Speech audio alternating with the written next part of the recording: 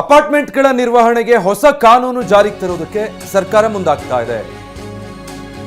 Apartment ಮಾಲೀಕರ ಜೊತೆ ಇವತ್ತು ಸಿಎಂ ಸಭೆ ನಡೆಸಲಿದ್ದಾರೆ. ಸಿಎಂ ಡಿಕೆ ಶಿವಕುಮಾರ್, ಬೆಂಗಳೂರು ನಗರಾಭಿವೃದ್ಧಿ ಸಚಿವ ಕೃಷ್ಣ ಬೈರೇಗೌಡರು ಮತ್ತೆ ಡಿಸಿಎಂ ಕೂಡ ಇರ್ತಾರಂತೆ ಈ ಸಭೆಯಲ್ಲಿ. ಅಪಾರ್ಟ್ಮೆಂಟ್ ಸಂಘದ ಪ್ರತಿನಿಧಿಗಳೊಂದಿಗೆ ಸಂವಾದ ನಡೆಸ್ತಾರೆ. ಜವಾಹರ್ಲಾಲ್ ನೆಹರು ತಾರಾಲಯದಲ್ಲಿ ಈ ಸಭೆ ನಡೆಯುತ್ತೆ. ಮಾಲೀಕತ್ವ, ಆಡಳಿತ ಮತ್ತೆ ನಿರ್ವಹಣೆ ಇದಕ್ಕೆ ಸಂಬಂಧಪಟ್ಟ ಹಾಗೆ ಕರಡು ಸಿದ್ಧಪಡಿಸಲಾಗಿದೆ. ಹೊಸ ಕಾನೂನನ್ನು ತರೋದಕ್ಕೆ ರಾಜ್ಯ ಸರ್ಕಾರ ಸಜ್ಜಾಗಿದೆ. ಇನ್ನೇನಾದರೂ ಅಂಶಗಳನ್ನು ಸೇರಿಸಬೇಕಾ, ಪರಾಮರ್ಶಿಸಬೇಕಾ, ಯಾವೆಲ್ಲ ಬದಲಾವಣೆಗಳ ಅಗತ್ಯ ಇದೆ, ಇದಕ್ಕೆ ಸಂಬಂಧಪಟ್ಟ ಹಾಗೆ ಇವತ್ತು ನಡೆಯುವಂಥ ಈ ಸಭೆಯಲ್ಲಿ ಚರ್ಚೆ ಮಾಡಲಾಗುತ್ತೆ. ಮಾಡೋದ್ರ ಜೊತೆಗೆ ವಿ ಹೋಪ್ ದಟ್ ಈ ಬಿಲ್ ಅನ್ನ ಏನು ಡ್ರಾಫ್ಟ್ ತಯಾರು ಮಾಡಿದ್ದೇವೆ ಇದನ್ನ ಇನ್ನೊಂದು ಸ್ವಲ್ಪ ಇಂಪ್ರೂವ್ ಮಾಡಿ ಲೆಜಿಸ್ಲೇಚರ್ಗೆ ನಾವು ಅದನ್ನ ಪ್ರೆಸೆಂಟ್ ಮಾಡ್ತೇವೆ. Of course subject to approval of the legislature. ಆಮೇಲೆ ಅದನ್ನ ಕಾನೂನಾಗಿನೂ ಕೂಡ ತಗೊಂಡು ಬರೋದಕ್ಕೆ ನಮ್ಮ ಸರ್ಕಾರ, ನಮ್ಮ ಮುಖ್ಯಮಂತ್ರಿಗಳು ತುಂಬಾ ಬದ್ಧರಾಗಿದ್ದಾರೆ. ಯಾಕಂದ್ರೆ ಇದು ನಾವು 2023 ನಮ್ಮ ಕಾಂಗ್ರೆಸ್ನ ಮ್ಯಾನಿಫೆಸ್ಟೋನಲ್ಲಿ ಇದನ್ನ ಪ್ರಾಮಿಸ್ ಮಾಡಿದ್ವಿ, ನಾವು ಈ ಬಿಲ್ ತರ್ತೇವೆ ಅಂತ.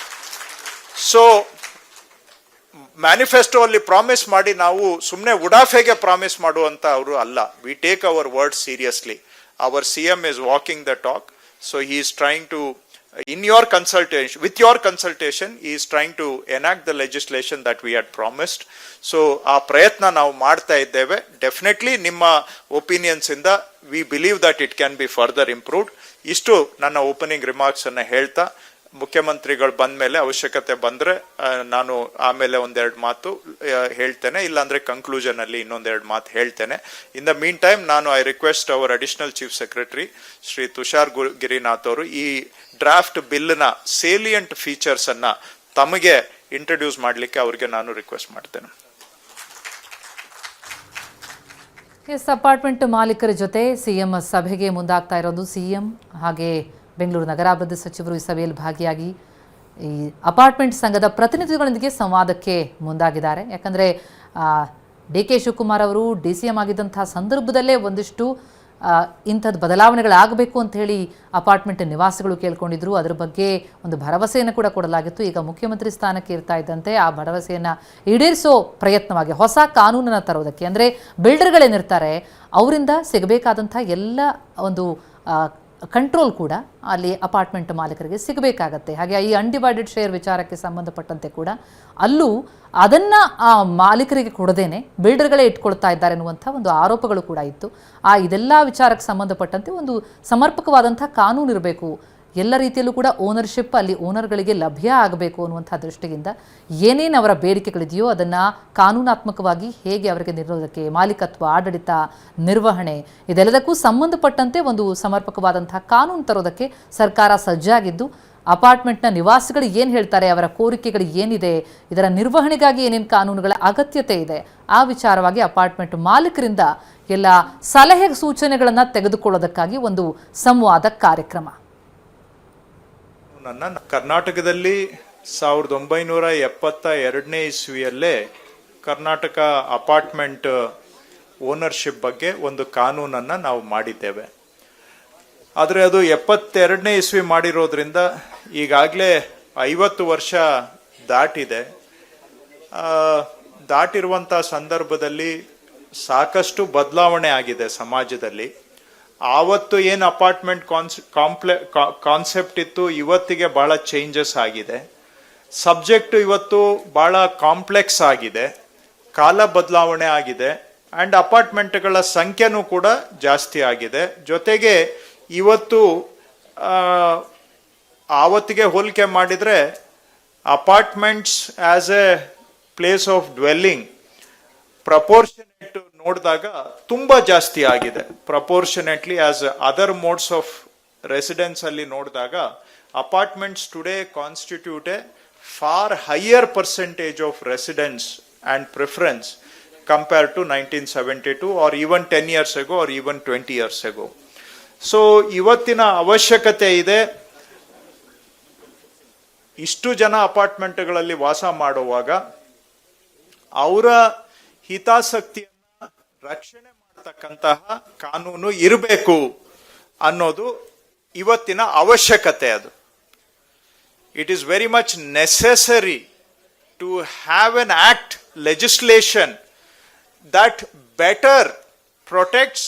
ಇವತ್ತೆಲ್ಲ ನನಗೆ ಇದು 10 ವರ್ಷದಿಂದ ನಾವು ಡಿಮ್ಯಾಂಡ್ ಕೇಳ್ತಾನೆ ಇದ್ದೀವಿ, 10-12 ವರ್ಷದಿಂದ. ಯಾಕಂದ್ರೆ ನಾನು ಕೂಡ ಬೆಂಗಳೂರಿನಲ್ಲಿ ಶಾಸಕ ಆಗಿರೋದ್ರಿಂದ ಬೇರೆ ಬೇರೆ ಅಪಾರ್ಟ್ಮೆಂಟ್ ಫೆಡರೇಷನ್ ಅವರು, ಅಸೋಸಿಯೇಷನ್ ಅವರು 10-12 ವರ್ಷದಿಂದ ನಮ್ಮ ಕಚೇರಿಗಳಿಗೆ ಸುತ್ತಾನೆ ಇದ್ದಾರೆ. ನಿಮ್ದು ಔಟ್ಡೇಟೆಡ್ ಕಾನೂನಿದೆ, ಆ ಹಳೆ ಕಾನೂನಲ್ಲಿ ಅಪಾರ್ಟ್ಮೆಂಟ್ ಅಸೋಸಿಯೇಷನ್ನೇ ಆಪ್ಷನಲ್ ಇದೆ, ರಿಕ್ವೈರ್ಡೂ ಇಲ್ಲ. ಅದರಲ್ಲಿ ಆ ಆಕ್ಟ್ ಪ್ರಕಾರ ಆದ್ರೂ ಅಸೋಸಿಯೇಷನ್ ರಿಜಿಸ್ಟರ್ ಮಾಡಬಹುದು, ಅಥವಾ ಸೊಸೈಟೀಸ್ ಆಕ್ಟ್ ಪ್ರಕಾರ ಆದ್ರೂ ಮಾಡಬಹುದು. ಸೊಸೈಟೀಸ್ ಆಕ್ಟ್ ಪ್ರಕಾರ ಇರುವಂತಹದ್ದು ನಮ್ಮ ಅವಶ್ಯಕತೆಗೆ ಪೂರಕವಾಗಿ ಇಲ್ಲ. ಅದು it is not serving our interest. And ಒಂದೊಂದು ಕಡೆ ಒಂದು ಅಸೋಸಿಯೇಷನ್ ಸೊಸೈಟೀಸ್ ಆಕ್ಟ್ ಅಲ್ಲಿ ರಿಜಿಸ್ಟರ್ ಆಗಿದೆ, ಇನ್ನೊಂದು ಅಸೋಸಿಯೇಷನ್ 72 ಆಕ್ಟ್ ಅಲ್ಲಿ ರಿಜಿಸ್ಟರ್ ಆಗಿದೆ. ಅವರಿಬ್ಬರು there is a war going on between the two of them. So ಈ ತರ ಎಲ್ಲ ಇದಕ್ಕೆ ಕ್ಲಾರಿಟಿ ಕೊಡಬೇಕು, ಸರಳೀಕರಣ ಮಾಡಿ ಒಂದು ಸ್ಪಷ್ಟ ಕಾನೂನು ಮಾಡಬೇಕು ಅನ್ನುವಂಥ ಬೇಡಿಕೆ ಸುಮಾರು ವರ್ಷಗಳಿಂದ ಇದೆ. ಆದರೆ ಇವೆಲ್ಲದನ್ನು ಕೂಡ ಸಾರ್ವಜನಿಕರ ಬೇಡಿಕೆಯನ್ನ, ಸಮಾಜದ ಒತ್ತಾಯವನ್ನ, the demand of the apartment owners was finally heard by our Chief Minister Shri D.K. Shivkumar, who instructed that an appropriate act be formed, drafted to better meet the requirements of today, meet the requirements of apartment owners and the requirements of managing apartment complexes. ನಿಮಗೆ ಗೊತ್ತಿರೋ ಹಾಗೆ ಕೆಲವು ಕಡೆ 1000, 2000, 4000 apartment ಒಂದೊಂದು complex ಅಲ್ಲಿ ಇರುವಂತಹದ್ದು ನೋಡಿದ್ದೇವೆ. ಇನ್ನು ಕೆಲವು ಕಡೆ ಅಪಾರ್ಟ್ಮೆಂಟ್ಸು ಇದೆ, ವಿಲ್ಲಾಸು ಇದೆ, ಮತ್ತೆ ಅದರಲ್ಲೇ ಕಮರ್ಷಿಯಲ್ ಕಾಂಪ್ಲೆಕ್ಸ್, ಮಿಕ್ಸ್ಡ್ ಡೆವಲಪ್ಮೆಂಟ್ಸ್ ಕೂಡ ಇದೆ. ಅಲ್ಲಿನೂ ತುಂಬಾ ಕನ್ಫ್ಯೂಷನ್, ಕಾನ್ಫ್ಲಿಕ್ಟ್ಸ್ ಇದೆ ಬಿಟ್ವೀನ್. ಡಿಕೆ ಶಿವಕುಮಾರ್ ಸುದ್ದಿಗೋಷ್ಠಿಯನ್ನ ನಡೆಸಲಿದ್ದಾರೆ. ಇವತ್ತು ಪ್ರಮುಖವಾಗಿ ಅಪಾರ್ಟ್ಮೆಂಟ್ ನಿವಾಸಿಗಳ ಜೊತೆಗಿನ ಒಂದು ಸಭೆ ಇದೆ. ಆ ಬಳಿಕ ಮಧ್ಯಾಹ್ನ 1:30ಕ್ಕೆ ಸಿಎಂ ಸುದ್ದಿಗೋಷ್ಠಿ ಕೂಡ ಇರುವಂಥದ್ದು. ಮಧ್ಯಾಹ್ನ 1:30ಕ್ಕೆ ಸಿಎಂ ಡಿಕೆ ಶಿವಕುಮಾರ್ ಸುದ್ದಿಗೋಷ್ಠಿ.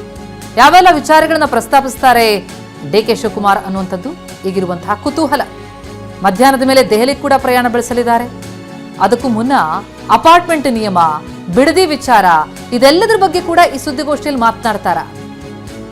ಸದ್ಯಕ್ಕೆ ರಾಜ್ಯದಲ್ಲಿ ಬಹಳ ಸದ್ದು ಮಾಡ್ತಾ ಇರುವಂತಹ ವಿಚಾರ ಅಂತಂದ್ರೆ ಬಿಡದಿ ಟೌನ್ಶಿಪ್ ವಿಚಾರ. ರೈತರ ಆಕ್ರೋಶ ಜೋರಾಗಿದೆ, ಬಹಳ ದೊಡ್ಡ ಮಟ್ಟಿಗಿನ ಪ್ರತಿಭಟನೆಗಳಾಗ್ತಾ ಇದೆ.